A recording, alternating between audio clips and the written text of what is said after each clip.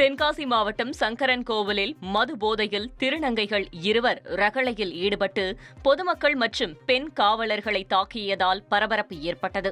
சங்கரன் கோவில் பேருந்து நிலையம் முன்பு திருநங்கைகள் இருவர் மது போதையில் தகராறில் ஈடுபட்டு போக்குவரத்துக்கு இடையூறு ஏற்படுத்தினர்.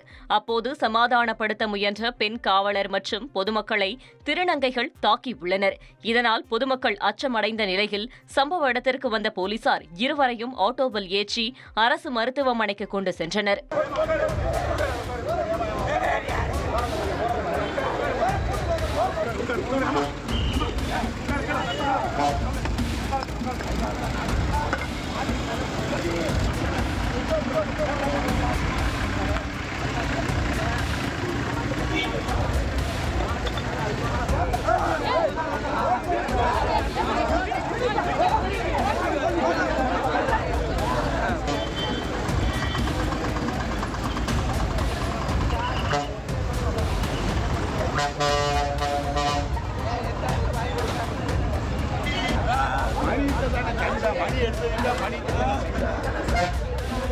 திருநங்கைகள் இருவரும் தொடர்ந்து ரகளையில் ஈடுபட்ட நிலையில் போலீசார் லாரியில் அனுப்பி வைத்தனர்.